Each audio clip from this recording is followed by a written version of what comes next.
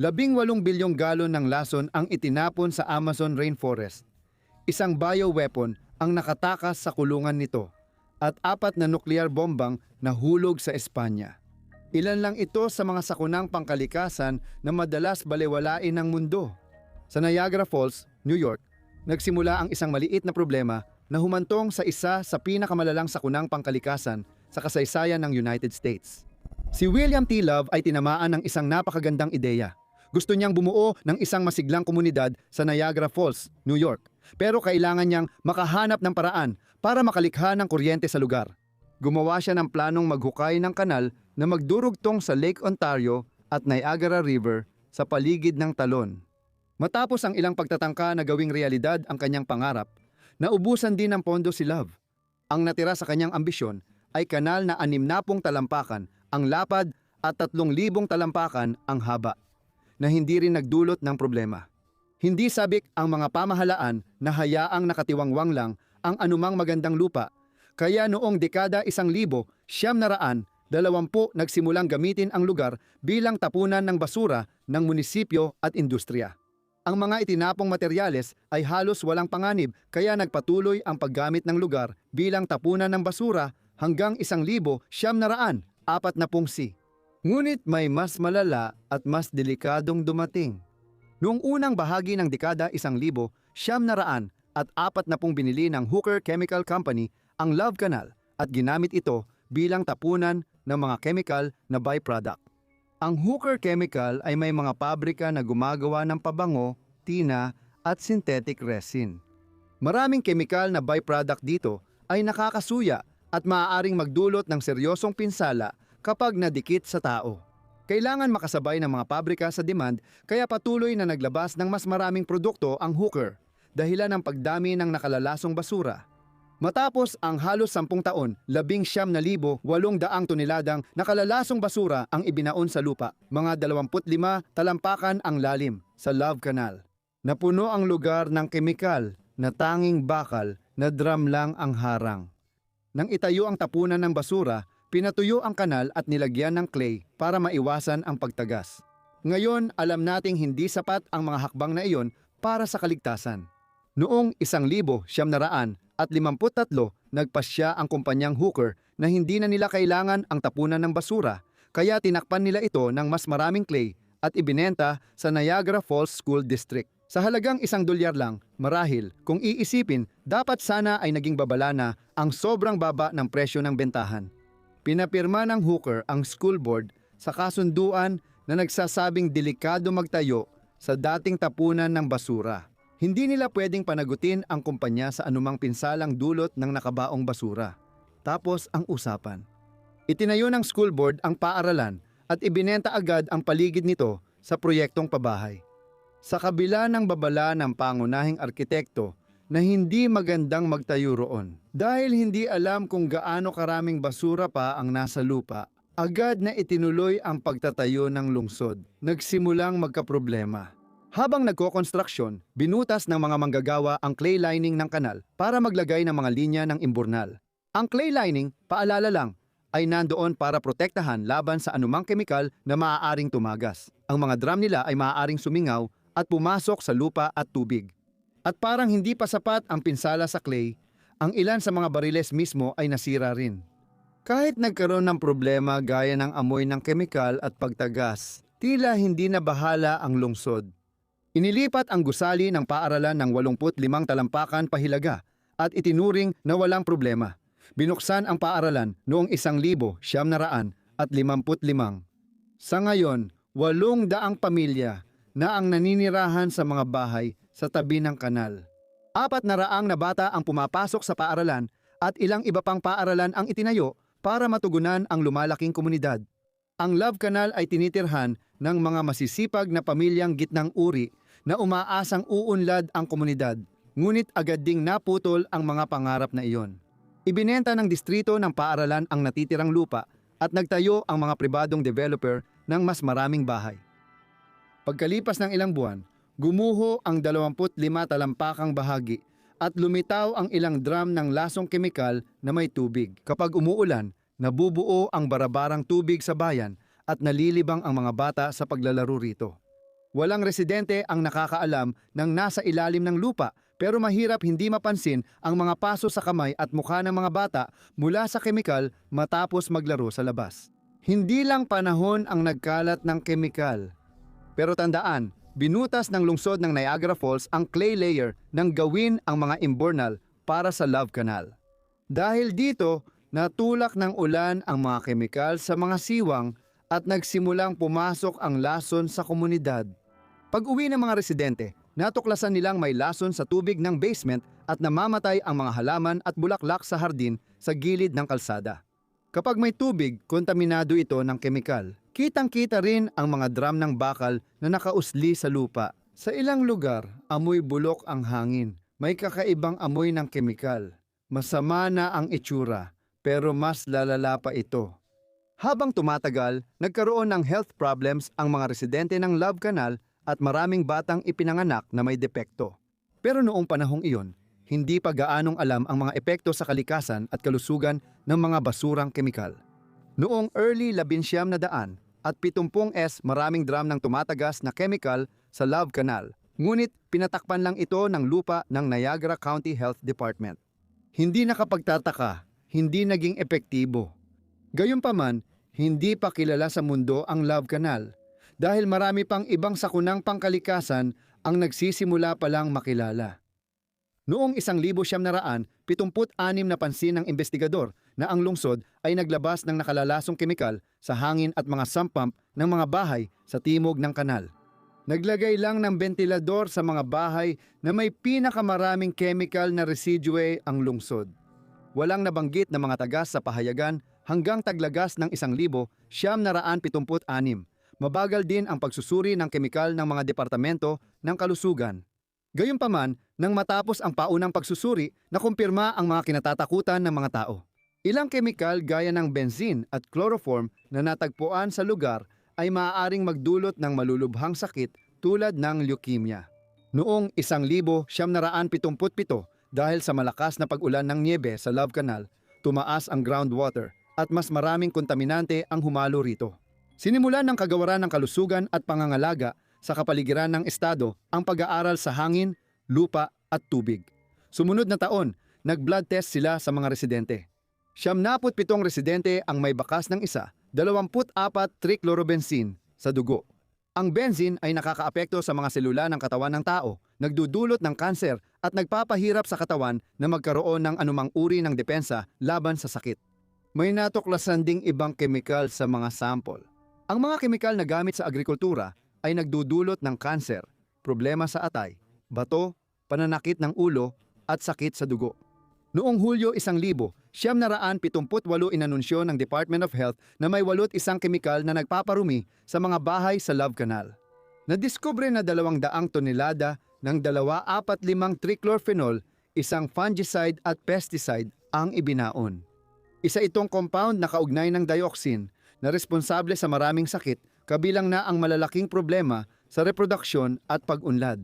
Lumabas sa medical na survey na 7 sa 10 bahay sa Love Canal ay may tagas ng kemikal at 75% ng residente ay nasa panganib sa kalusugan. Marami sa mga residente ang nagkasakit na ng malulubhang karamdaman at nakakabahalang mataas ang bilang ng mga sanggol sa komunidad na ipinanganak na may depekto sa kapanganakan. Tumaas ng 300% ang mga nakunan sa Love Canal sa panahong ito. Pinakamalaking panganib ng pagkalaglag ang mga kababaihang malapit sa tapunan ng basura, lalo na kung umabot sa takdang panahon ang pagbubuntis. Maraming batang namamatay sa duyan. Ang mga batang nabuhay ay nagkaroon ng iba't ibang kondisyon sa kalusugan tulad ng magkadikit na mga daliri sa paa, 3 hanay ng ngipin, pagkabingi at sirang mga bato o baga. Lumabas na mas mababa ang timbang at mas marami ang health at development issues ng mga batang ipinanganak sa Love Canal kumpara sa ibang lugar. Noong Agosto, idineklara ng Komisyoner ng Kalusugan ang state of emergency sa Love Canal at nag-utos ng paglikas sa mga pamilyang malapit sa kanal. Noong Agosto 7, idineklara ni Pangulong Jimmy Carter ang Love Canal bilang state of emergency. Di naglaon, bumisita si Gobernador Hugh L. Carey ng New York at inihayag ang paglikas ng 239 pamilyang pinakamalapit sa kanal. Noong Oktubre 19 at 78 sinimulan ang chemical drainage system. Ngunit naggalit ang mga residente kaya lumakas ang panawagang ilikas ang komunidad. Noong Disyembre 11 nagprotesta ang mga tao sa trabaho para humingi ng sagot at kaligtasan. Pinamunuan ni Lois Gibbs, isang batang inang taga Love Canal. Pansamantalang inaresto sina Gibbs at iba pang nagpoprotesta bago ibasura ang mga kaso. Ito ang simula ng ilang taong aktivismo ng mga residente ng Love Canal. Minaliit ng gobyerno at Hooker Chemical Company ang sitwasyon. Habang tumitindi ang desperasyon, tanging mga pamilyang pinakamalapit sa tapunan lang ang hindi napilitang manatili sa mga bahay na may mapanganib na kemikal. Noong Pebrero 1900, 70 pinalawak sa 6 na blok ang radius ng paglikas. Ang ibang residente naman ay nanatiling nakakulong sa bahay kahit may malulubhang kondisyong medikal. Wala ni isa sa kanila ang kayang lumipat ng walang pinansyal na suporta dahil nawalan na ng halaga ang lahat ng kanilang mga bahay.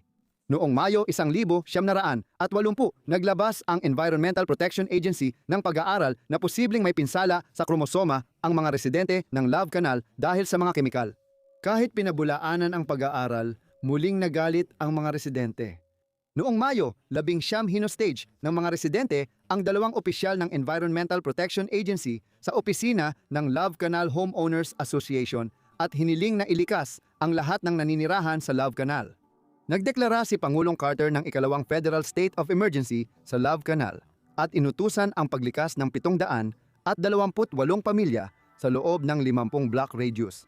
Nilagdaan ni Pangulong Carter ang 20 milyon na federal aid package para sa Love Canal. Sumang-ayon ang gobyerno na bilhin ang 550 bahay at lahat maliban sa 76 ay naibenta sa mga sumunod na taon. Sinira ng gobyerno ang 227 bahay na malapit sa kanal.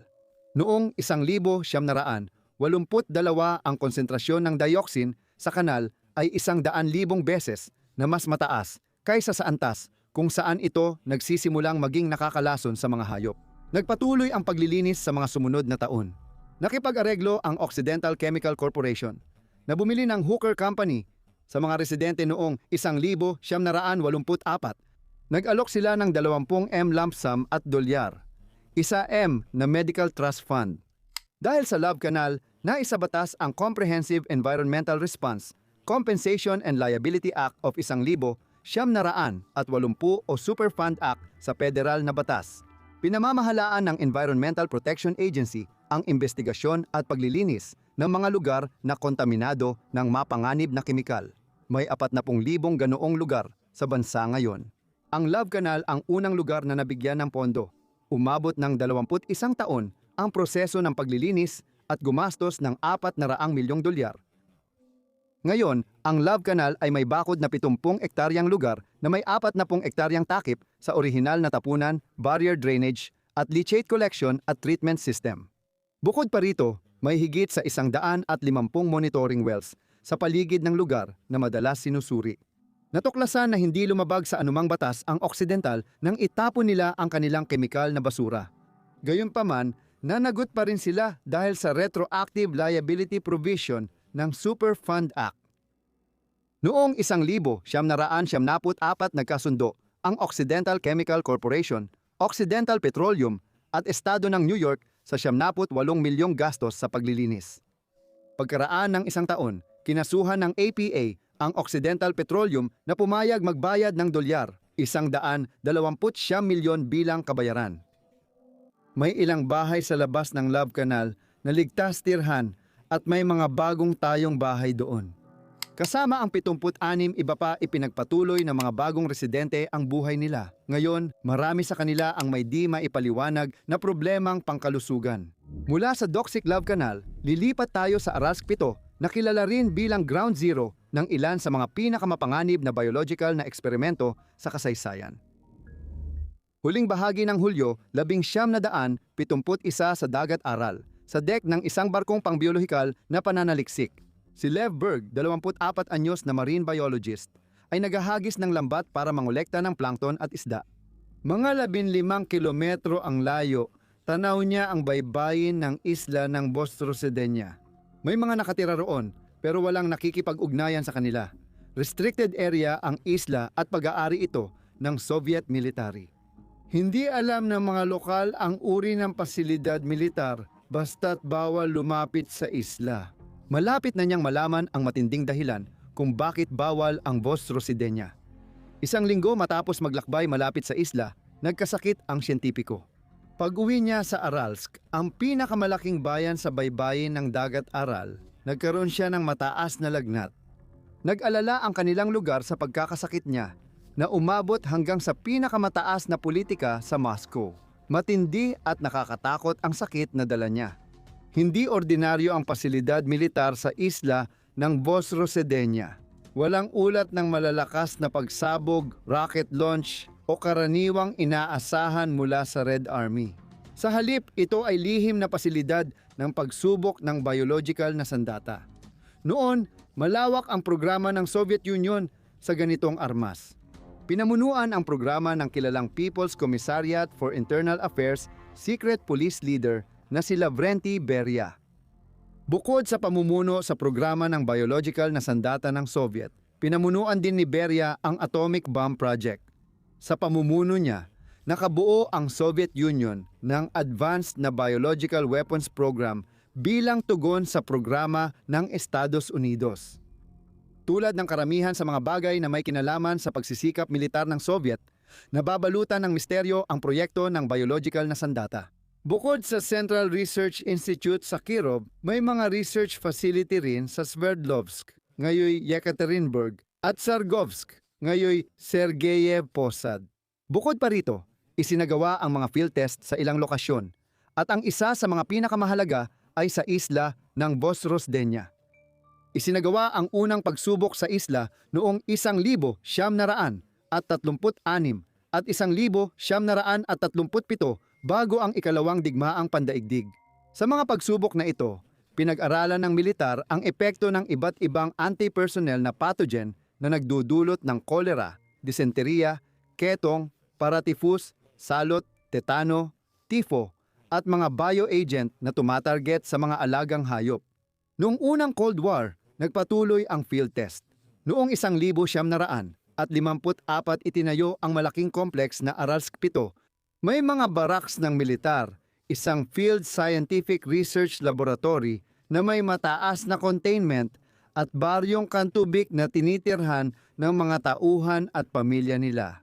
Sa kabilang direksyon ng hangin mula sa complex, may malawak na open-air test range na lampas, 100 square kilometers. Dito, nagsagawa ang mga siyentipiko at militar ng pagsusuri sa mga pathogen na sanhi ng mga sakit gaya ng anthrax, tularemia, brucellosis, Q fever, at Venezuelan equine encephalitis. Bukod pa rito, ang mga pagsusuri sa isla ng Voz Rosedenya ay kinabibilangan ng pinakamalalakas na formula ng weaponized na bulutong.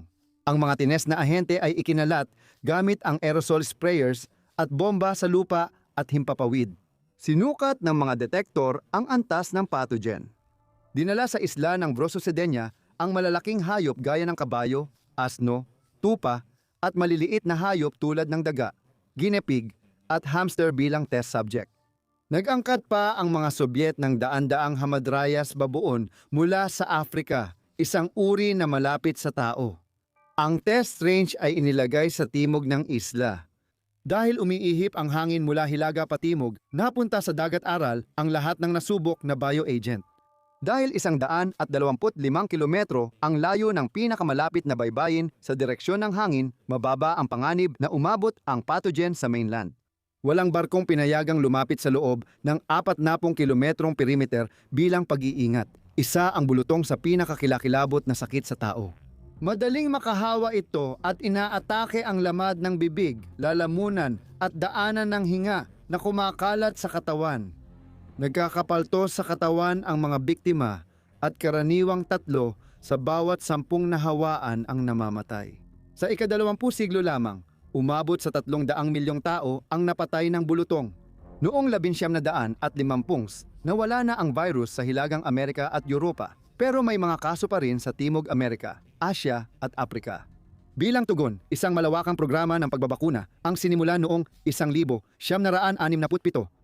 Noong 1980 idineklara ng World Health Organization na malaya na ang mundo sa smallpox. Noong Hulyo 15, 1,971 umalis si Levberg sa pantalan ng Aralsk para sa 24 araw na pananaliksik. Narating nito ang paligid ng isla makalipas ang 2 linggo. Noong Hulyo 30 di umano'y pumasok sa restricted area at dumaan lamang ng 15 kilometro mula sa isla. Ayon kay General Pyotr Burgasov, Deputy Chief ng Red Army General Staff, sinusubukan ng hukbo ang sandatang biolohikal. Noong panahong iyon, 400 gramo ng eksklusibong recipe ng bulutong ang kakabagsak pa lang sa test range. Ang pagsabog ng virus bomb ay nagkalat ng pathogen na umabot sa biolohista sa deck ni Levberg. Noong Agosto 6 naramdaman ng biolohista ang unang sintomas ng sakit, lagnat, pananakit ng ulo at kalamnan. Pagbalik niya sa Aralsk noong Agosto, 11 agad siyang umuwi para maalagaan ng ina. Napansin ng isang pangkalahatang manggagamot na bumisita sa kanya na mataas ang lagnat niya na 39 na degrees Celsius at niresetahan siya ng aspirin at antibiotics. Pagbaba ng lagnat, nagkaroon siya ng pantal sa muka, anit at likod. Mabilis siyang gumaling dahil nabakunahan siya laban sa bulutong. 2 linggo matapos umuwi ang biolohista, nagkasakit at nilagnat ang kanyang nakababatang kapatid na nagkaroon din ng pantal. Unang ginamot siya ng tetracycline, antibiotiko at aspirin pero hindi nito napigilan ang pagkalat ng virus. Hindi agad naisip ng mga doktor na bulutong ang sakit dahil 10 taon nang wala ito sa Unyong Sobyet. 8 ang nahawa, 6 na matatanda, 24 taong gulang at 2 bata. Isang viral swab ang nagkumpirma ng presensya ng bulutong virus. Ipinakita ng antibody test sa Institute for Viral Preparation sa Moscow ang pagtaas ng antibodies laban sa bulutong. Masaya akong walang ibang crew ng Levberg ang nahawa. Sa 10 nahawa isang adulto at 2 sanggol na wala pang 1 taon ang nagkaroon ng malubhang hemorrhagic na sakit at namatay. Wala sa kanila ang nabakunahan laban sa bulutong, samantalang gumaling ang mga nabakunahang marine biologist at iba pa.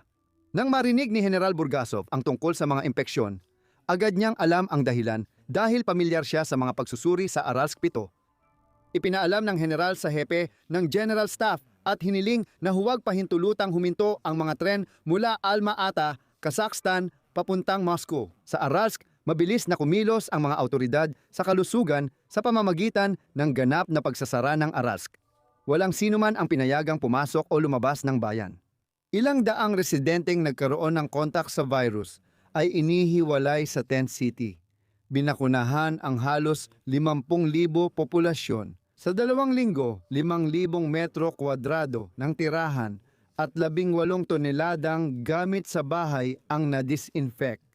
Si Yuri Andropov, pinuno ng KGB na sinabihan ni Burgasov tungkol sa kanyang duda, ay nag-utos na huwag itong pag-usapan kanino man.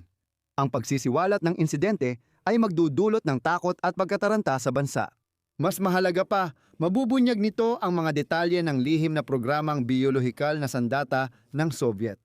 Ang insidente ay nagsilbing dituwirang ebidensya na ang virus ay pinahusay at pinatibay upang mapanatili ang kakayahan nitong makahawa matapos itong ikalat bilang aerosol. Pinino ng mga Sobyet ang pagpapalaganap ng virus sa ere gamit ang bombang panghimpapawid na mas epektibo kaysa pagkalat mula tao sa tao kahit lumampas sa 15 kilometro ang paglalakbay ng virus sa hangin. Bukod pa rito, maraming bioagent ang binago ang genes upang maging matibay sa init, lamig at mga antibiotic sa mga sumunod na taon. Ang smallpox outbreak noong 1,971 ay nagdulot ng kakaunting nasawi kahit may banta na mahawa ang buong rehiyon. Nagpatuloy ang lihim na pasilidad sa pagsubok ng biological na sandata hanggang sa isinara ito. Walang naitalang kaparehong insidente, hindi opisyal. Iyon ay 1 taon matapos ang insidente noong 1971. 2 mangingisda ang nawala. Natagpuan ang mga bangkay nila sa bangkang palutang sa gitna ng RLC. Pinaniniwala ang namatay sila dahil sa salot. Noong Mayo 1988, 50,000 sega antelope ang namatay agad. Hindi pa rin alam ang sanhi ng pagkamatay. Noong Abril 10, 1972 pinayagan ng Unyong Sobyet ang ganap na pagbabawal ng quote, microbial, biological na ahente o lason, anuman ang pinagmulan o paggawa sa iba't ibang uri at dami. Kung walang sapat na dahilan para sa prophylactic, proteksyon, mapayapang layunin at mga armas, kagamitan o transportasyon. 77 bansa kabilang ang Estados Unidos ang lumagda sa kasunduan. Gayunpaman, nagduda ang mga Sobyet sa pagsunod ng Estados Unidos sa kasunduan at pagkatapos ay pinalakas pa nila ang kanilang programang biowarfare. Lumaki ang operasyon na may 2 dosenang lihim na pasilidad at umabot sa 65,000 tao. Nag-operate ang Aralsk 7 hanggang pagbagsak ng Unyong Sobyet noong 1991. Noong panahong iyon, bumaba ang antas ng tubig ng ROC dahil inilihis ito para patubig sa mga bukirin. Dahil dito, 10 beses lumaki ang isla at naging tangway na konektado sa lupa.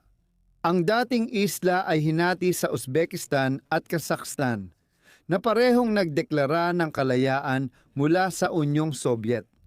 Noong Nobyembre 1991, 71 opisyal na isinara ang pasilidad ng Aralsk 7. Iniwan ang buong infrastruktura, kabilang na ang nayon ng Kantubik na naging isang ghost town. Ang natira ay mga hukay na may anthrax slurry at malalaking libingan ng libu-libong hayop na ginamit sa eksperimento at nahawaan. Tulad noong 1971, iniiwasan pa rin ng mga residente ang lugar. Pinaaalala nito sa kanila ang panahong muntik silang malipol ng mapaminsalang lihim na sandata sa kailaliman ng mundo. Ang Amazon Rainforest ay nakararanas ng di pa nangyayaring sakuna na pilit itinatago ng mga responsable.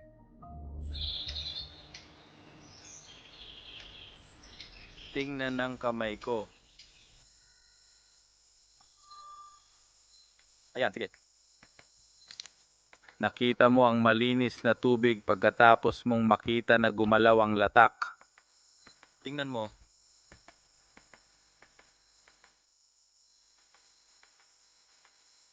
Nagbibigay ang kagubatan ng lahat ng kailangan at maraming hayop.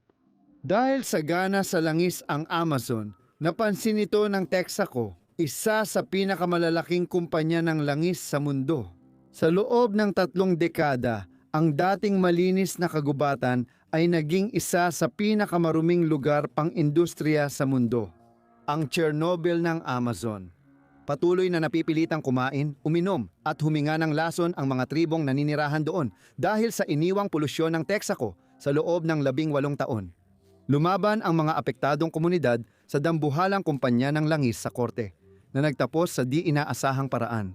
Noong 1964, sinimulan ang unang operasyon ng paghahanap ng langis sa Hilagang Silangan ng Ecuador. Noong panahong iyon, mas malaki na ang konsumo ng langis ng Estados Unidos kaysa sa kanilang sariling produksyon, kaya kinailangan ng mga Amerikano na maghanap sa ibang bansa. Ang Texaco mula United States ang nag-organisa ng eksplorasyon na nagtuklas ng langis noong 1967.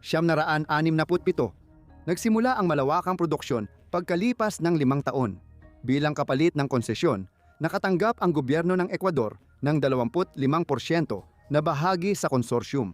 Sa paglipas ng mga taon, tumaas ang mga bahagi, ngunit ang operasyon ay pinatakbo pa rin ng eksklusibo ng mga tauhan ng Texaco. Itinatag noong 1972 ang Texaco ay kabilang sa 7 Sisters na namayani sa pandaigdigang industriya ng petrolyo matapos ang ikalawang digmaang pandaigdig. Malawak ang kanilang karanasan sa negosyo at teknolohiya ng produksyon ng langis. Ang Texaco ay isa sa mga nanguna sa paglikha ng makabagong teknolohiya para sa pangangalaga sa kalikasan ayon sa mahigpit na pamantayan laban sa polusyon. Sa Estados Unidos, hindi pwedeng mag-drill ng langis nang hindi sinusunod ang wastong mga paraan para sa kalikasan. Sa United States, ang mga inhinyero ay naghuhukay ng pansamantalang hukay para imbakan ng basurang langis. Nilalagyan ng espesyal na industrial trapal ang mga hukay para hindi tumagas ang basura sa lupa.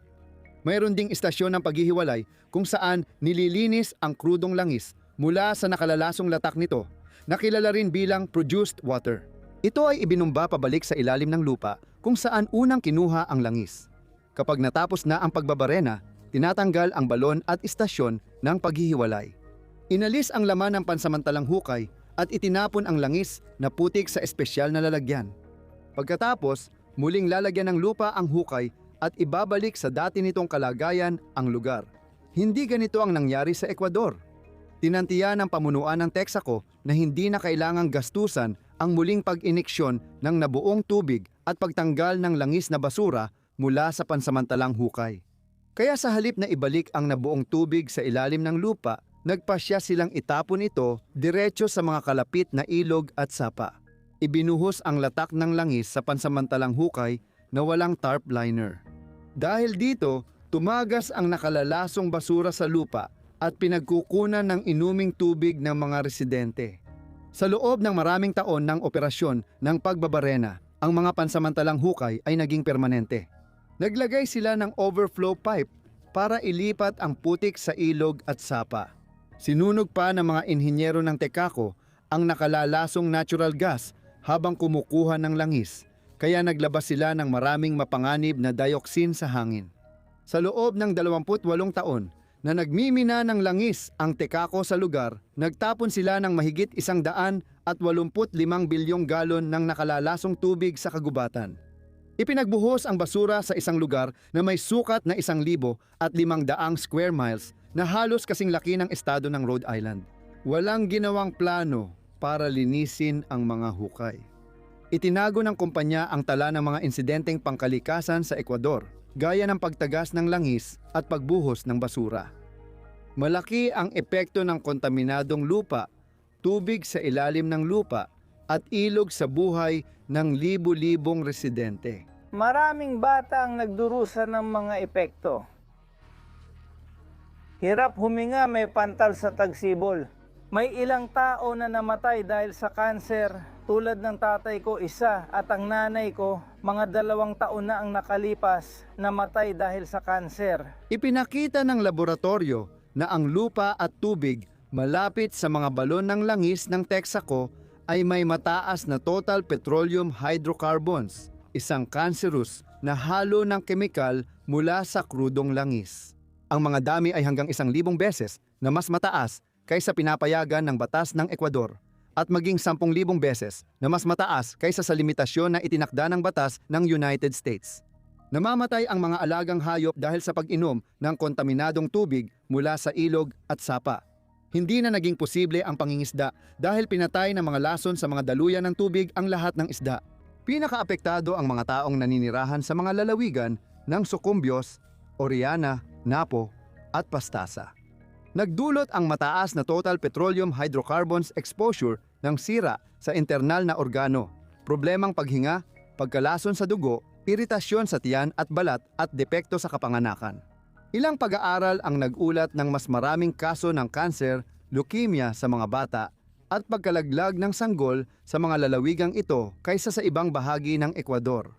Dahil sa kita, nagdulot ang Texaco ng isa sa pinakamalalang sakunang pangkalikasan nitong mga nakaraang taon. Mahigit $3 kada bariles ang natipid nila. Noong 1992, natapos ang konsesyon ng Texaco sa pagbabarena ng langis sa Ecuador at napunta ang negosyo sa Petro-Ecuador na pagmamay-ari ng gobyerno. Patuloy na iniwan ang basura na naging sanhi ng pagkamatay ng mga tao para matapos ang kanilang paghihirap. Sa susunod na taon, nagtipon ang 3,000 at 1,000 lokal bilang Amazon Defense Front o FDA. Nakipagtulungan ang grupo kay Stephen Donziger, isang Amerikanong abogado, para magsampa ng class action laban sa Texaco sa United States. Hiniling ng Food and Drug Administration na kumpunihin ng kumpanya ang pinsala sa kalikasan at bayaran ang naapektuhang komunidad. Gusto rin nilang masiguro na malalaman ng lahat ang trahedya.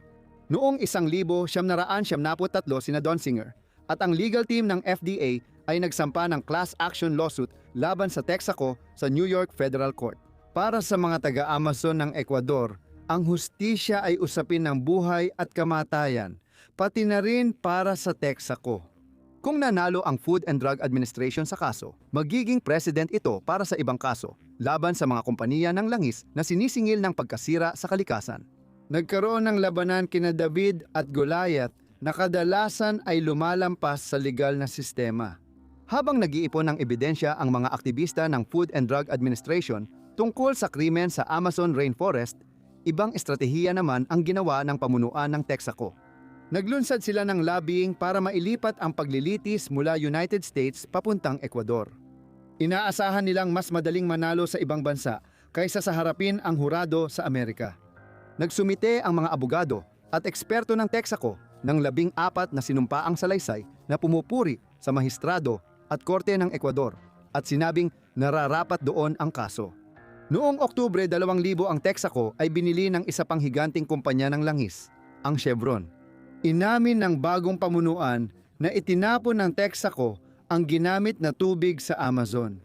Ngunit iginiit pa rin nilang hindi nila responsibilidad ang paglilinis. Sabi ng mga abogado ng Chevron, natupad na ng kumpanya ang tungkulin nito sa pag-aayos ng pinsala at nasa Ecuador na ang natitirang responsibilidad. Gayunpaman, ang 40M na kampanya ng kumpanya para sa paglilinis ay panlabas lang na pagpapaganda at walang epekto. Sa totoo, iilan lang sa hukay ang nilinis nila at tinabunan lang ng lupa nang hindi tinanggal ang nakalalasong langis.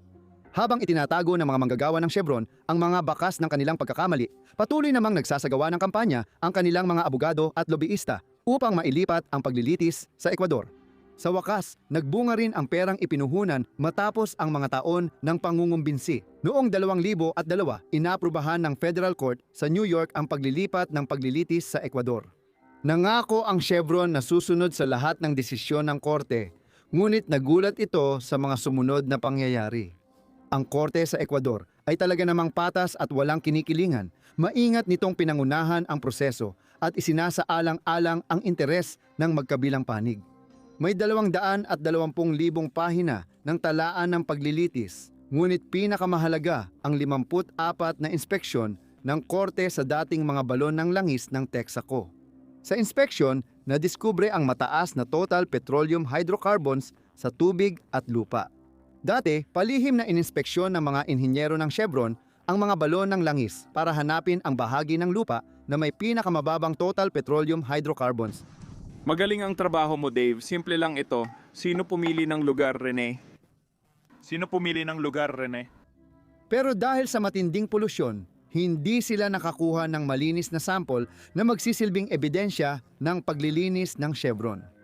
18 taon mula nang isampa ang kaso at 9 na taon matapos ilipat sa Ecuador, naglabas na ng hatol ang korte. Napatunayang nagkasala ang Chevron sa pagdumi ng 2 milyong ektarya ng kagubatan sa Amazon. Inatasan sila ng korte na magbayad ng $18 bilyong para sa pagsasaayos ng kapaligiran, ekolohiya at kompensasyon sa 5 katutubong pamayanan. Kalahati ng halaga ay multa dahil tumanggi ang Chevron humingi ng paumanhin. Pagkatapos magpasya ang korte ng apela na walang legal na basihan para parusahan ang Chevron sa hindi paghingi ng paumanhin, ibinaba ang multa sa siyam na tuldok 5 bilyon. Ang hatol ay naging katapusan ng matagal na laban upang panagutin ang pabayaang kumpanya ng langis. Nakamit ang hustisya. Iba ang pananaw ng Chevron at sa ikinadismaya ng publiko, tumanggi silang magbayad ng multa. Sa halip, tumugon sila sa hatol sa pamamagitan ng matinding kampanya laban sa pagpapatupad nito. Para baliwalain ang hatol ng korte sa Ecuador, nagsampa sila ng kontrademanda sa United States Federal Court at Permanent Court of Arbitration ng Hague. Ang kontrademanda ay nakabatay sa testimonya ni Alberto Guerra, dating hukom sa Ecuador, na sinabing inalok siya ng pera ng lokal na tribo para gumawa ng hatol ng korte. Noong 2014 nagpasya ang United States District Court sa New York na ang hatol ng Ecuador ay resulta ng pandaraya at raket kaya hindi ito maipatupad. Pinalaya nito ang Chevron sa pananagutan sa pinsala sa Ecuador at naglabas din ng kaparehong desisyon ang hukuman sa Hague na nag-utos sa pamahalaan ng Ecuador na magbayad ng 100 at 12 milyon sa Chevron. Ibig sabihin ng dalawang hatol na ito, hindi na maipapatupad ang desisyon ng Ecuador. Ang abogado ng FDA na si Stephen Donziger ay inilagay sa house arrest dahil tumanggi siyang ibigay ang kanyang computer, telepono at mga dokumentong konektado sa kaso. Mukhang ang biktima ay naging salarin. Isang taon matapos ang hatol ng federal na korte, binawi ng pangunahing saksi sa kaso na si Alberto Guerra ang karamihan sa kanyang testimonya. Nangyari ito matapos matuklasan ng mga aktivista ng Food and Drug Administration ang serye ng mga kontrata na pinirmahan niya kasama ang Chevron para sa iba't ibang benepisyo na nagkakahalaga ng hindi bababa sa $326,000. Gayunpaman, nananatiling epektibo ang hatol ng federal na korte base sa kanyang testimonya. Hayagang nangako ang Chevron na lalabanan ito hanggang magyelo ang impyerno at kahit pagkatapos, magpapatuloy pa rin sila. At naging malinaw sa mga katutubong tribo na kakaunti na lang ang pag-asang magwagi. Hindi nagbayad ang Chevron ni isang sentimo o gumawa ng hakbang para ayusin ang pinsalang ginawa nito. Inalis nila lahat ng ari-arian nila sa Ecuador at tuluyang umalis sa bansa. Sa halip, ang mga katutubong tribo ng Ecuadorian Amazon ang naparusahan. Sila ay hinatulan na uminom, kumain at huminga ng nakalalasong basura habang buhay. Hindi rin nawawala sa listahan ang mga sakunang nuklear. Ang sunod na sakuna ang unang direktang tumama sa lupa ng Estados Unidos. Pagkatunog ng ikatlong alarma ng sunog sa reactor testing station sa malamig na gabing Enero, agad rumesponde ang mga bumbero. Ang inaasahan nilang isa na namang maling alarma ay agad na nabigo. Sa halip, isang nukleyar na sakuna ang naganap sa harap nila. Sa Fire Station No. 1 ng National Reactor Testing Station ng Army sa Idaho, tumunog ang sirena ng 1:00 ng gabi. Bawat alarma ay nangangailangan ng atensyon. Sa isang lugar na tulad nito kung saan isinasagawa ang nukleyar na pananaliksik, ang tunog ang nagpa-jacket, sakay at punta sa insidente ng 6 na bumbero. Enero 3, 1961 at napakalamig ng gabi. Una nilang sinuri ang silid ng pugon. Laking gulat nila nang tahimik ang alarma sa silid. Galing pala ito sa ibang lugar. Mas mainam na suriin nila ang pangunahing gusali kung nasaan ang reactor crew. Doon, natagpuan ng mga bumbero ang isang mainit pero walang lamang silid. Bukas lahat ng ilaw at may 3 tasa ng bagong timplang kape na umaaso pa sa mesa. Walang tao sa control room ng reactor, isang pulang ilaw lang ang kumikislap sa panel. Babala ng mataas na radyasyon. Napagtanto agad ng mga bumbero ang nangyayari. Ang alarma ay nagmumula sa gitnang gusali kung saan naroon ang nuclear reactor at tiyak na hindi ito maling alarma. Agad nagising ang mga bumbero at nagmadaling lumabas. Tumakbo sila sa truck para kunin ang air mask at tangke. Suot ang mga ito, bumalik sila sa pangunahing gusali at umakyat sa hagdan papunta sa 3 palapag na silindrong gusali ng nuclear reactor. Sa ibabang palapag ay naroon ang reaktor. Sa itaas nito ay ang operating platform na may mga kontrol na kagamitan at sa pinakataas ay ang ventilador para sa hangin. Ang 3 crew ng reaktor ay nagtatrabaho sa platform at umaasa ang mga bumbero na matatagpuan sila doon. Walang bakas ng aksidente mula sa labas. Nag-a-alarm ang portable radiation detector habang paakyat ang mga bumbero sa hagdan. Sa kasamaang palad, normal ito sa antas ng operating platform. Sumilip ang bumbero sa bintana ng pinto para makita ang sitwasyon. Malinaw ang hangin at maayos ang reaktor. Ngunit katabi nito ay nakahandusay ang mga katawan ng 2 tripulanteng espesyalista ng hukbo, sina Richard Leroy McKinley at John A. Burns, basang-basa at balot ng dugo. Nakakalat ang mga bato at metal sa paligid nila na nagdulot ng agarang alarma sa loob ng 17 minuto. Pumasok ang health physicist at si Assistant Chief Moshberger sa pasilidad na may mas mataas na ion chamber detector. Sa paglapit sa operating platform, nakita nilang umabot sa 500 roentgens kada oras ang radyasyon na mas mataas sa nakamamatay na antas kapag matagal na expose. Noong 10:30 ng gabi, dumating sina Chief Health Physicist Ed Valerio at Reactor Operations Supervisor Paul Duckworth mula Idaho Falls. Kasama ang 3 health physicists, nagsuot sila ng Scott Air Packs at agad pumasok sa reactor building. Sa loob, si Richard Leroy McKinley, isang crew member, ay umuungol at may senyales ng buhay kahit duguan at malubha ang kalagayan. Nagpasya sina Valerio at Duckworth na agad siyang ilabas para mabigyan ng medikal na atensyon. Dahil nakaharang ang emergency exit, binuhat nina Valerio at Duckworth si McKinley papunta sa main building. Habang inilalabas sila, tumigil ang air mask ni na Valario at Duckworth, kaya napilitan si Valario na tanggalin ang mask at huminga ng kontaminadong hangin. 3 minuto lang ang operasyon ng pagsagip. Hindi na umabot si McKinley sa ospital at namatay siya sa ambulansya dahil sa mga sugat. Namatay sa plataporma ang kasamahan niyang si John A. Burns. May misteryo na bumalot sa ikatlong kasapi ng crew, Navy CB Construction Electrician, First Class Richard C. Legg. Walang sino man ang nakahanap sa kanya, patay man o buhay. May kinalaman ba ang kanyang pagkawala sa nangyari sa reaktor? Nalaman agad ng mga bumbero at health physicists na ang pagsabog ng reaktor ang dahilan ng pagkamatay ng mga crewmen. Samantala, nalaman nila na walang kinalaman ang pagsabog sa pagkawala ni Richard Legg. Sa katunayan, hindi talaga siya nawawala. Namatay si Legg sa aksidente, ngunit hindi siya nahanap dahil tinusok siya ng bahagi ng reaktor at naidikit sa kisame ng gusali, kaya nakabitin ang katawan niya sa itaas nang hindi napansin. Nagulat ang mga eksperto sa sanhi ng napakalakas na pagsabog. Taliwas sa paniniwala ng marami, ang mga nuclear reactor ay hindi delikado at hindi basta sumasabog. Ano nga ba ang nangyari sa reaktor? Sa Idaho National Reactor Testing Station, ang nuclear reactor ay isang eksperimento.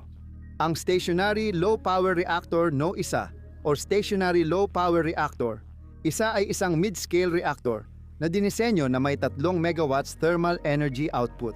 Ang Stationary Low Power Reactor, isa ay bahagi ng programa ng United States Army upang lagyan ng kagamitan ang mga radar station sa malalayong lugar ng Arctic para bigyan sila ng kuryente at pampainit ng lugar. Ang kontrata para magdisenyo, magtayo at mag-test ng prototype ng reactor ay ibinigay sa Argonne National Laboratory na dalubhasa sa nuclear physics na hindi kaugnay sa mga sandata. Itinayo ang prototype sa National Reactor Testing Station sa Idaho at gumana noong Oktubre 24, 1958. Gumamit ito ng 9,300 at 20 highly enriched uranium fuel para sa 3 megawatt boiling water reactor. Gumana ito gamit ang natural na sirkulasyon, gamit ang light water bilang coolant at moderator. Matapos ang pagsusuri, ibinigay ang planta sa hukbong sandatahan para sanayin ang mga tauhan. Ang reaktor at mga kagamitan ay inilagay sa malaking silindrikong gusali na parang silo, gawa sa 1/4 inch na bakal na plato. Di tulad ng mga reaktor sa urban na lugar, walang pressure type containment shell ang stationary low power reactor. Isa pero napigilan pa rin ng gusali ang karamihan sa radioactive na partikulo mula sa pagsabog. Ang stationary low power reactor, isa ay ginawa para tumagal ng dekada kahit sa matitinding Arctic na kondisyon. Sumabog ito at napatay ang 3 batang sundalo. Ang sakuna ay nagmula sa loob ng reaktor. Ang nuclear reactor ay may fuel at control rods sa selyadong bakal na sisidlan na may tubig. Gumagamit ito ng nuclear fission para makagawa ng init. Kapag tuloy-tuloy na ang reaksyon, umaabot ang reactor sa critical state. Mahalagang kontrolin ang nuclear chain reaction. Gamit ng control rod ang limitahan ang nuclear fission sa reactor. Kapag lubos na ipinasok, napipigilan nila ang fission. Kung ilalabas ang mga ito, mawawala sa kontrol ang nuclear chain reaction at magdudulot ng reactor meltdown. May 59 fuel assembly at 9 na control rod ang stationary low power reactor, isa nuclear reactor. Pinatakbo ito gamit ang 40 fuel element at isang control rod lang. Ayon sa mga eksperto, magdudulot ito ng mas maraming enerhiya sa gitna ng reaktor. Ang fuel element rod ng stationary low power reactor, isa ay may 52 mils na uranium-aluminum alloy na nakabalat sa aluminum cladding. Ang reactor ay may 31 libra ng uranium-200 at 35 ang isotope ng uranium na ginamit sa Little Boy atomic bomb na ibinagsak sa Hiroshima noong 1945. Ang cruciform control rod ay 60 mils, kapal ng cadmium na may aluminum na balot at ito lang ang aktibong control rod sa reaktor, kaya't mahalaga ito sa operasyon. Iyon ang ugat ng problema at dahilan ng aksidente, dahil namatay lahat ng 3 tripulante na sangkot. Mahirap matukoy o buuin ang mga nangyari sa reactor building noong araw na yon. Lumabas sa investigasyon na natanggal ang reactor vessel ngunit hindi ito naalis sa pwesto.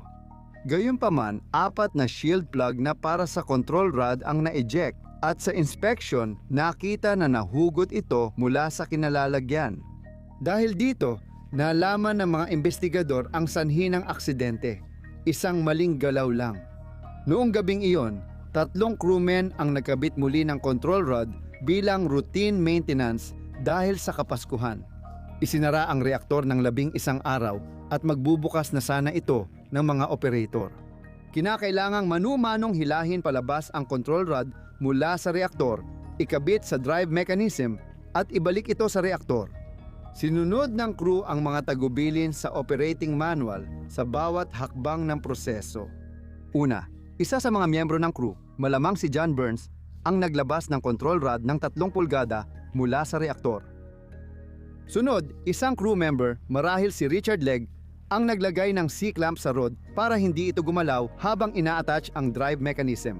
Pagkatapos ng muling pagkakabit, kailangang itaas ni Burns ang rod ng 2 pulgada para matanggal ni Legg ang C-clamp at maibaba ito sa reaktor. Sa halip na itaas ng 2 pulgada, itinaas ito ni Burns ng 20 pulgada. Maliit mang detalye pero sa nuclear reactor, ito ang nagdulot ng matinding aksidente. Ang control rod sa reactor ay nililimitahan ang nuclear fissions para maiwasan ang hindi makontrol na chain reaction. Sa kasamaang palad, iyon mismo ang nangyari. Dahil sobrang tinaas ang control rod, di na nakontrol ang nuclear reaction kaya mas maraming fissions ang nangyari kaysa kaya ng reactor.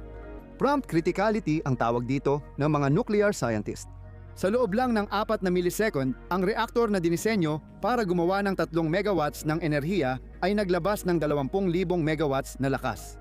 Dahil sa sobrang lakas, natunaw ang fuel assembly at naging singaw ang coolant na nagdulot ng mataas na presyon sa reactor vessel. Itinulak ng tubig pataas, tumama ang tubig sa bubong ng sisidlan na may presyong 10,000 pounds bawat square inch dahilan para umangat ang buong sisidlan ng 9 na talampakan sa loob ng 1 segundo. Binasag ng tubig ang shield plug, pinatalsik ito sa 57 milya bawat oras at naipit ang binti sa kisame. Sumabog ang kontaminadong tubig at singaw mula sa sisidlan sa buong operating platform na ikinamatay ni Burns at Legg. Malubhang nasugatan si McKinley at namatay habang dinadala sa ospital. Sinuportahan ang teorya ng bakas ng neutron-activated na elemento sa damit at gamit ng tripulante.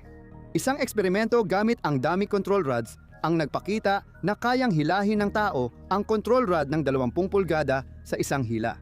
Sanay ang tripulante sa reaktor at alam ang panganib ng labis na paghila sa control rod. Bakit pa nila ito gagawin? Ang sagot ay nasa isang aberya ng control rod. Binanggit sa mga opisyal na ulat na mas maaasahan ang gitnang control rod kaysa sa ibang mga rod. Walang nabanggit na naipit ito ng 7 beses sa loob ng 1 buwan bago ang aksidente. Higit pa rito, dumami ang mga problema sa control rod habang lumilipas ang panahon. Ngunit walang ginawa ang operating contractor na Combustion Engineering Incorporated tungkol dito. Ipinagtanggol ni W. B. Alright, project manager ng Stationary Low Power Reactor. Isa ang sarili niya sa pagdinig ng Kongreso ukol sa aksidente at sinabing wala siyang alam sa biglang pagdami ng jam ng rod. Sabi niya, kung alam lang niya, pinatigil na sana niya ang planta para masuri ng mas detalyado. Naliwanagan ang sanhi ng sakuna noong Enero 3, 1961 nang maipit ni Burns ang control rod habang inaangat ng 2 pulgada. Gumamit siya ng lakas para alisin ang naipit na rod at aksidenteng naiangat ito ng 20 pulgada. Minaliit ng gobyerno ang mga katotohanan upang maiwasang masira ang tiwala ng publiko sa industriya ng nuklear. Iniulat ng Komisyon sa Enerhiyang Atomiko na walang natukoy na mga produktong fission sa loob ng bakod ng Stationary Low Power Reactor. Isa maliban sa isa curies ng strontium-90 at 05 cesium-137. Sa ulat nila, hindi lang iniwan ng Atomic Energy Commission ang maraming radionuclide na nailabas, kundi minaliit din ang dami ng fission na nagawa noong gabing iyon. Kahit na mababa ang tinayang curie na nailabas, seryoso pa rin ang aksidente sa stationary low-power reactor. Isa nang suriin ang sisidlan. Tinatayang 30% ng inventaryo ng gasolina ng core ay sumingaw. Ang aksidente sa stationary low-power reactor, isa nuclear reactor, ay nagdulot ng 3 namatay, nasirang pasilidad at inabandon ang programa ng pagdevelop ng stationary low-power reactor isa. Noong Pebrero 1963, pinalitan ito ng hukbong sandatahan ng Mobile Low Power Reactor ML1. Mahalaga itong aral. Bilang resulta, lahat ng mga susunod na reaktor ay dinisenyo gamit ang one-stack rod criterion upang matiyak na ang pagtanggal ng isang control rod ay hindi magdudulot ng labis na reaktibidad. 26,000 libra ng radioactive debris kasama ang reactor vessel ay inilibing malapit sa reaktor. Sa harap ng kakaibang libingan na ito, na napapalibutan ng bakod na kawad, naroon ang mas kakaibang lapida na nagbababala sa mga walang kamalay-malay na dumadaan tungkol sa radioactive na panganib na nananatili pa rin sa ilalim ng lupa. Ano mangyayari kung hindi pansinin ng kumpanya ang 575 safety violations? Tingnan mo, isang tumatagas na balbula ang nagdulot ng sunod-sunod na reaksyon na nagpakawala ng matinding apoy sa Phillips Chemical Plant habang nagmamantayin ang mga manggagawa sa Reactor 6 ng Houston Chemical Complex. Hindi ito komplikado pero kailangan pa rin ng pag-iingat. Sunod ng mga manggagawa ang bawat hakbang ng maintenance procedure. Bigla, isang malakas na huni ang umalingaw-ngaw habang marahas na inilabas ng reaktor ang laman nito sa bakuran, tinatabunan ang lahat ng ulap ng nasusunog na singaw. Alam ng mga manggagawa na isang maliit na spark lang ang kailangan para sumabog ang lahat, kaya nagsimula silang magtakbuhan. Makaraan ang 2 minuto, may malakas na pagyanig na naitala ng seismic center sa Houston sa ibabaw ng Pasadena compound. Malaking itim na usok ang umakyat sa langit, dulot ng isang malawakang sakuna mula sa maling galaw. Matatagpuan ang kompleks ng chemical sa industrial na lugar malapit sa Buffalo Bayou. Pagmamay-ari ito ng Phillips Petroleum Company na may ilang planta rito. Ayon sa ulat, kilala ang kumpanya sa pagkuha ng subcontractor at hindi ganoon kasanay na manggagawa kumpara sa sariling empleyado. Sa araw ng sakuna, isang grupo ng mga manggagawa ang naatasang magsagawa ng maintenance sa Reactor 6. Ang reactor ay gumagawa ng high-density polyethylene or high-density polyethylene, isang material na ginagamit sa paggawa ng mga plastic na bote at lalagyan. Ang 150 talampakang taas na gusali ay tinatawag na loop reactor. Sa reactor, ang halo ng ethylene, isobutane, hydrogen at hexene ay pinainit hanggang 230 degrees Fahrenheit. Ang mga materyales na ito ay nagre-react sa 600 C para makagawa ng high-density polyethylene particle. Bumaba ang mga particle sa 6 na settling legs at inilipat ng mga tubo ang high-density polyethylene sa tangke para sa karagdagang pagproseso.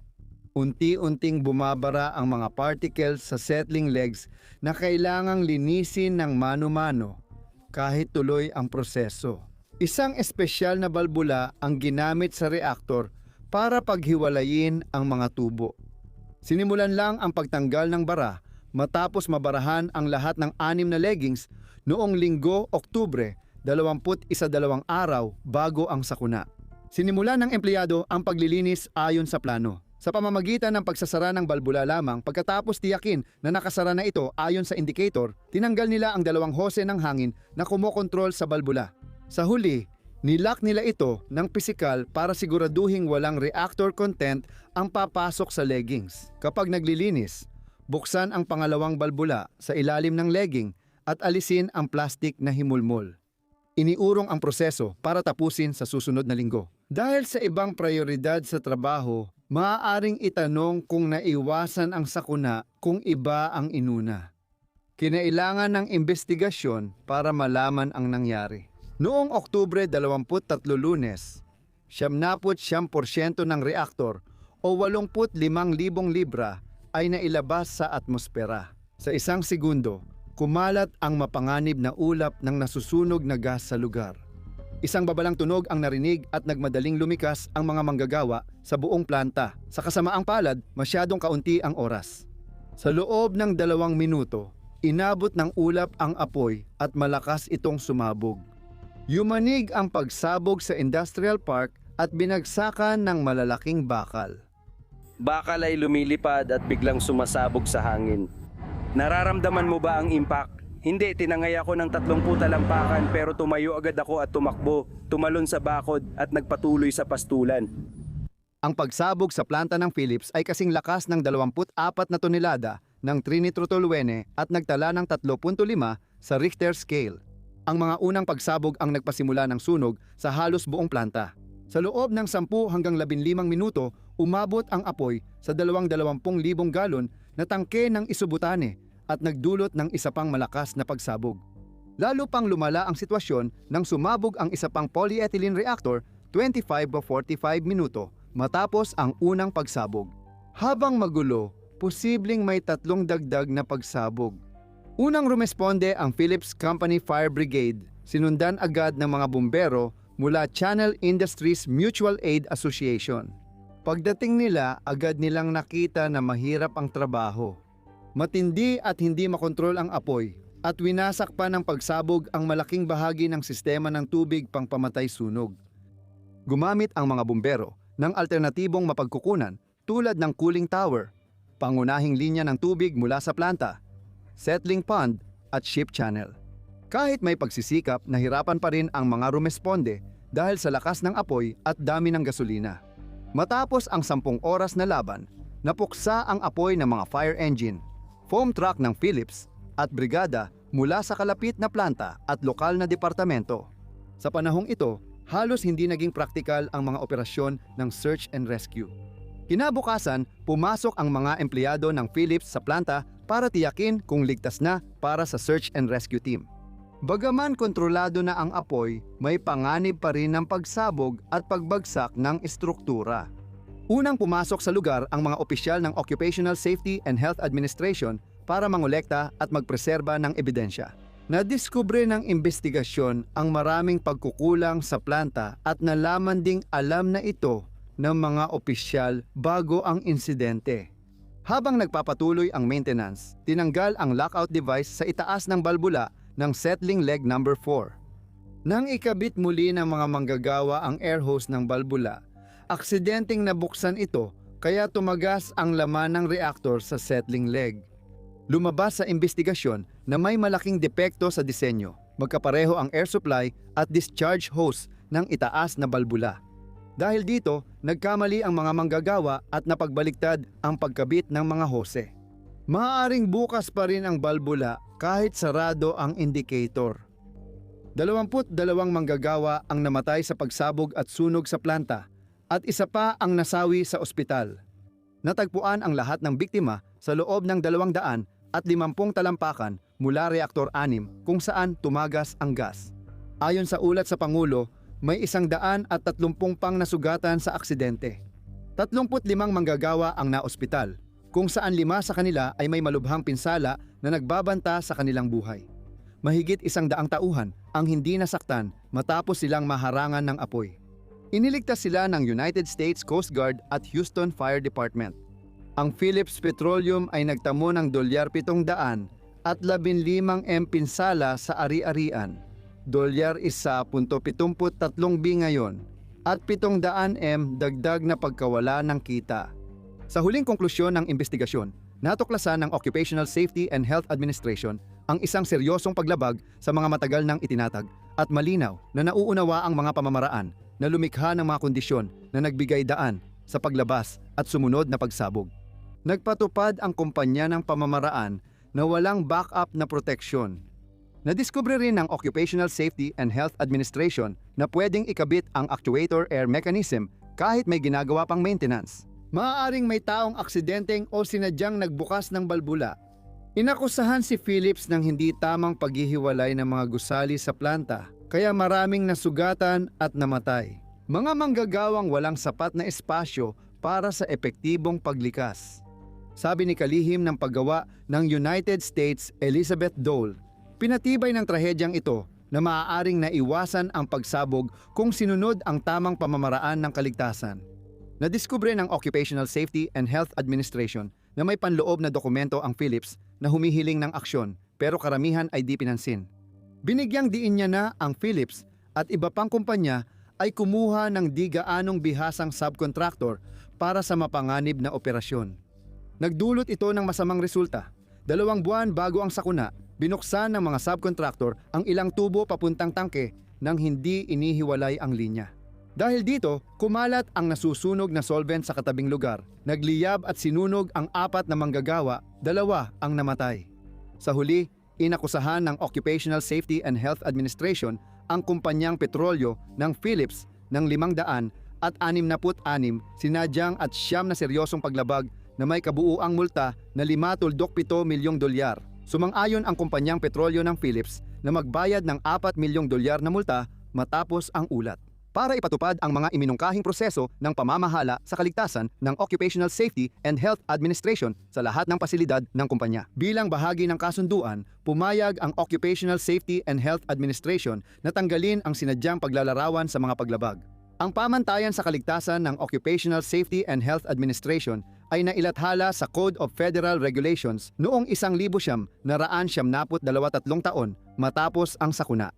Binago nito ang proseso ng kaligtasan, disenyo at operasyon ng petrochemical industry. Noong 1999, nagkaroon ng pagsabog at sunog sa planta na ikinasawi ng 2 kontratista. Sa 500 Fahrenheit natunaw ang plastik. Sumunod na taon, nagkaroon ulit ng pagsabog na ikinasawi ng ilan. Sa kabila ng lahat ng mga sakunang nangyari sa kumpanya, tila nanatiling walang saysay ang kaligtasan ng mga manggagawa. Sunod, aksidenteng nahulog ng United States ang 4 na nuclear bomb sa Espanya. Mga Ginoo, sagrado ang air intelligence briefing na ito. Malalim naming sinuri ang Soviet-guided missile test program. Ang programang ito ay nagdadala ng bagong dimensyon sa sorpresa. Pinipilit tayong suriin muli ang estratehiya at tasahin ang kakayahan ng mga Soviet na magdulot ng malaking pinsala. Noong 1966 lumipad ang mga eroplanong militar ng United States sa ibabaw ng isang tahimik na baybaying nayon sa katimugang Espanya. Ngunit biglang naganap ang trahedya. Bumagsak ang 2 eroplano. May bitbit na 4 na megaton hydrogen bomb ang eroplano. Bawat isa 250 beses mas malakas sa atomic bomb ng Hiroshima. Isang malakas na puwersang kayang magdulot ng hindi na maayos na pinsala sa malaking bahagi ng Espanya at mag-iiwan ng radioactive na bakas sa loob ng dekada. Noong Cold War, nagkaroon ng matinding paligsahan sa armas ang United States at Unyong Soviet. Ito ay labanan para sa kataas-taasan. Mas mataas pa ang nakataya ngayon. Noong 1957 yanig ng Unyong Soviet ang mundo sa paglulunsad ng kauna-unahang intercontinental ballistic missile na lumipad ng mahigit 3,700 milya sa loob ng wala pang 1 oras. Masamang balita ito para sa United States na gumagamit pa rin ng bomber aircraft para maghulog ng nuklear na sandata. Ibig sabihin, matagal silang tumugon, umaabot ng oras bago makaganti. Hindi pumayag ang mga Amerikano na maungusan ng mga Soviet sa karerang nuklear. Ang lihim na operasyong Chrome Dome ay misyon ng Strategic Air Command kung saan hanggang 12 B-52 na may thermonuclear bomba ang laging nasa himpapawid 24 na oras sa isang araw. Mula 1,900, 61 hanggang 1,900. 68, simple ang ideya. Panatilihing fully armed ang mga bomber sa himpapawid para masiguro ang mabilis na pagganti kahit masira ng Soviet Union ang mga paliparan ng United States. Ang B-52 ay may abot na 10,000 milya nang hindi nagpapakarga ng gasolina at kayang magtagal sa ere dahil pwede itong mag-refuel habang lumilipad. 3 estratehikong ruta ng paglipad ang tinatahak ng mga misyong ito na hindi para sa mahihina ang loob. Isa ay lumipad mula Alaska papuntang Hapon, isa pa sa ibabaw ng Greenland, at ang isa pa ay pasilangan, tumawid ng Espanya papuntang Mediterranean.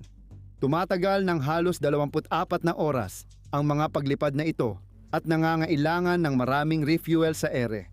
Nabagamat karaniwan ay nananatiling mataas ang panganib at nangangailangan ng matinding kasanayan. Ang Case 135A ay lumilipad na gasolinahan na nagre-refuel ng eroplano gamit ang boom habang nasa refueling mission. Lumipad ang B-52 sa 3,000 at 100 talampakan papunta sa gasolinahan sa ere. Ngunit may hindi inaasahang nangyari.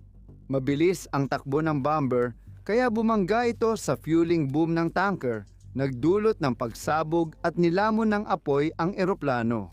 Simula pa lang iyon ang misyon na puno ng pagsubok. Nalaglag mula sa B-52 ang 4 na hindi armadong thermonuclear bombang may 15 megaton bawat isa habang nagkakahiwa-hiwalay ang bomber. May parachute ang mga bomba pero 2 lang sa 4 ang bumukas. Ang mga non-nuclear na pampasabog at 2 sandata ay sumabog pagbangga sa lupa. Nag-iwan ng malalaking hukay. Nagkalat ito ng delikadong plutonium dust sa mga bahay, taniman ng kamatis at kagubatan. Ang ikatlong bomba ay buo at kalahating nakabaon sa tuyong ilog. Ang ika-4 naman ay natagpuan lang matapos mahigit 2 buwan. Sa ilang oras, naging sentro ng pandaigdigang atensyon ang baybayin ng Palomares. Mahigit 2,000 sundalo ang ipinadala para sa malawakang operasyon na tinawag na Moist Map. Nakagugulat, nagtrabaho sila ng ilang linggo nang walang proteksyon gamit lang ang karaniwang uniforme. Hinukay nila ang kontaminadong lupa at nilagay sa mga drum para ipadala sa ligtas na pasilidad ng pagtatapon sa United States. Samantala, nilinis ng high-pressure na tubig at detergent ang mga damo, puno, bahay at pininturahan ng maraming patong ang labas ng mga gusali. Sinunog ng mga tropa ang kontaminadong pananim para maiwasang lumipad muli ang radioactive particles sa hangin dahil delikado ang paglanghap ng plutonium dust na maaaring magdulot ng sakit o kanser sa baga. Ayon sa declassified na ulat, mahigit 6 na libra ng plutonium ang nailabas sa insidente. Labis itong nagdulot ng alalahanin sa kalusugan ng mga veterano ng Palomares. Dagdag pa rito, bumili ang Air Force ng truck-truck ng mga kontaminadong kamatis para patunayan na ligtas itong kainin, kahit na may mga banta sa kalusugan na kaugnay ng pagkain ng kontaminadong pagkain. Patuloy ang paghahanap sa ika-4 na bomba at nais ng Estados Unidos na mahanap ito bago maagaw ng kalabang submarino. Pagkatapos, nagkaroon ng matinding pagbabago ng pangyayari nang may mga saksi na nagulat na may nakita silang parachute na bumagsak sa tubig ng Mediterranean. Saan nga ba tumama ang bomba? Ang operasyon ay malaki, may 30 barko at isang submersible na sasakyan. Mahigit $10, 10 milyon ang nagastos sa paghahanap sa dagat kaya ito ang pinakamahal na salvage operation noon. Kahit kalkulado ng mga eksperto ang lokasyon ng bomba, sobrang lawak pa rin ng posibleng epekto kaya hindi ito epektibong mahanap. May isang lokal na mangingisda na lumapit at nagbigay ng mahalagang impormasyon. Ang salaysay niya bilang saksi ang nagturo sa koponan sa radius ng 1 milya mula sa lugar ng pagbagsak ng parachute at nagbalik ng pag-asa. Noong Marso 15, natuklasan ng Navy submersible ang bombang nasa 2,500 talampakang lalim. Nahadlangan ang pagbawi dahil sa teknikal na hamon at aabutin pa ng mahigit 80 araw bago ligtas maiangat ang bomba. Kamangha-mangha, halos buo pa rin ang bomba kahit mahigit 11 linggo na itong nasa ilalim ng tubig. Bagamat may pinsala ito, tulad ng malaking UP sa unahan at 2 punit sa buntot. Ang pinakaimportanteng bahagi, ang switch ay nanatiling ligtas sa off na posisyon matapos ang insidente sa Palomares. Nilutas ng United States ang 500 reklamo kaugnay sa pagkawala ng kita at pinsala ng mga residente. Ayon sa declassified na dokumento, wala pang 15% ng ipinangakong pondo ng United States ang ibinigay para sa health program na tututok sa pangmatagalang epekto ng radyasyon.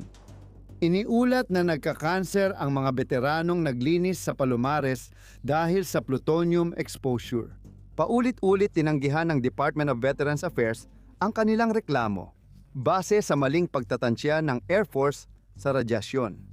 Ibinasura ang mga kaso mula sa 2 operasyon ng paglilinis dahil pinoprotektahan ng batas federal ang militar sa mga reklamo ng kapabayaan at karamihan sa mga nagreklamo ay namatay na sa kanser. Noong Agosto 2000, at 22 nilagdaan ni Pangulong Joe Biden ang Promise to Address Comprehensive Toxics Act para mapabuti ang healthcare access ng mga veterano na na-expose sa nakalalasong chemical. Patuloy pa rin ang nakakatakot na kontaminasyon sa Palomares. Lumabas sa pagsusuri ng lupa noong 1,970-S na mahigit 65,000 cubic yards ang kontaminado at may mga lugar na may radyasyon na 20 beses ang taas kumpara sa pinapayagang antas sa tirahan. Mahigit 10 taon na mula nang pumayag ang United States na linisin ang plutonium pero wala pa ring anunsyong schedule. Sa kasamaang palad, Palomares pa rin ang pinakaradyoaktibong bayan sa kanlurang Europa na may halos ikalimang bahagi ng plutonium na patuloy na kumakalat. Sa huli, akala ng mga tao na ang pagtatapon ng milyon-milyong gulong sa dagat ay makikita mo. Sa kailaliman ng karagatan sa baybayin ng Fort Lauderdale, Florida, naroon ang isang nakakakilabot na patunay kung ano ang nangyayari kapag ang mabubuting tao ay gumagawa ng masasamang desisyon. Nagsimula ito bilang pangarap na i-recycle ang mga itinapong gulong at gumawa ng artipisyal na bahura para sa bagong buhay dagat, kaya nabuo ang Osborne Tire Reef noong dekada 70. Bilang tugon sa lumalalang krisis ng basura sa landfill, naisip ng mga environmentalist at negosyante ang ideyang ito. Naniniwala silang magiging kanlungan ito ng mga organismo sa dagat. Pangarap nilang gumawa ng tirahan na susuporta sa dagat na ekosistema at aakit ng diver at turista para tuklasin ang hiwaga nito. Akala nila panalo lahat. Ang plano ay magpapatibay sa paglago ng korales at solusyon sa basurang gulong. Ang Artificial Reef Project ay suportado ng lokal na autoridad at mga organisasyong pangkalikasan at pinunduhan pa ng gobyerno. Maraming may-ari ng bangka ang nagboluntaryo at ang Goodyear Tire and Rubber Company ay tumulong din, nagbigay ng mga mahahalagang kagamitan. Noong 1972 ang unang bungkos ay dinala sa lugar. Inilagay ang mga konkretong jack sa ilalim ng dagat sa 50 talampakang bilog para pundasyon ng bahura. Pinagdugtong-dugtong at tinalian ng kable at bakal na kadena ang mga gulong para makabuo ng estrukturang ginagaya ang komplikadong anyo ng coral reef. Pagkatapos, itinapon ng walang plano ang mga gulong at nagkalat sa 35 ektarya na may lalim na 70 talampakan. Bilang isang simbolikong kilos, ang kilalang Goodyear blimp ay dumalo sa okasyon at nagpakawala ng gintong kulay na gulong bilang pagbabasbas sa lugar kung saan uusbong ang bagong artificial reef. At dito na nga nabuo ang Osborne Tire Reef na may mahigit 2 milyong gulong sa ilalim ng karagatan. Handa na para sa layunin ng pagbabago noong 1980 ngunit lumitaw ang madilim na katotohanan ng nabigong proyekto. May mga gulong na maayos na tinalian bago ilubog, habang ang iba'y basta na lang itinapon matapos pahintulutan ng autoridad ang pagtatapon ng mga gamit na gulong. Mabilis ding kinakalawang ng alat ng dagat ang mga bakal na clip na nagdudugtong dito. Dahil dito, ang mga gulong ay naputol ang pagkakatali at malayang lumutang kasabay ng agos ng dagat. Ang hindi kontroladong paggalaw na ito ay nakaistorbo at humadlang sa mga organismong naninirahan at sa paglago ng bahura. Nagbanggaan sila sa Florida Reef Tract na nagdulot ng pinsala sa korales at nagtaboy ng mga isda. Lalong pinalala ng madalas na mga bagyo at hurricane sa rehiyon ang sitwasyon. Ang mga palutang-lutang na gulong ay bumangga sa mga korales. Tinabunan ang mga ito ng patong-patong na gulong. Pero hindi lang pisikal na pagkasira ang sumira sa bahura. Nagdulot ng panganib ang bakal na kawad sa goma sa pagkabuhol, pagkasira ng tirahan, at posibleng pinsala o kamatayan ng mga lamang dagat. Habang nasisira at gumagalaw ang mga gulong, naglalabas ito ng mga nakalalasong kemikal sa paligid na tubig. Kumalat ang mabibigat na metal at hydrocarbons sa ekosistemang dagat, nilason ang buhay na dapat nilang alagaan. Imbes na masiglang grupo ng isda, naging tigang at walang buhay na lugar ito. Noong 1975, itinulak ng bagyong Opel ang mahigit 1,000 gulong sa baybayin ng Florida Panhandle. Pagkatapos, makalipas ang 3 taon, inanod naman ng bagyong Bonnie ang 10,000 gulong pa sa baybayin ng North Carolina. Hindi na maikakailang nabigo ang artipisyal na bahura, kaya kailangan na ng aksyon. Noong 2001 ang mga guro ng pag-aaral sa karagatan sa isang lokal na universidad ang nagpasimuno ng paglilinis sa lugar. Mahirap ang gawain at nakakadismaya ang progreso dahil 1,700 gulong lang ang natanggal sa mahal na $17 bawat isa. Aabot sa $30 milyong ang gastos sa paglilinis, kaya nahadlangan ang malalaking pagsisikap sa mga darating na taon. Noong 2007 muling umasa nang humingi ng tulong sa militar ang mga opisyal. Noong tag-init na yon, sinimulan ng militar ang operasyon ng retrieval.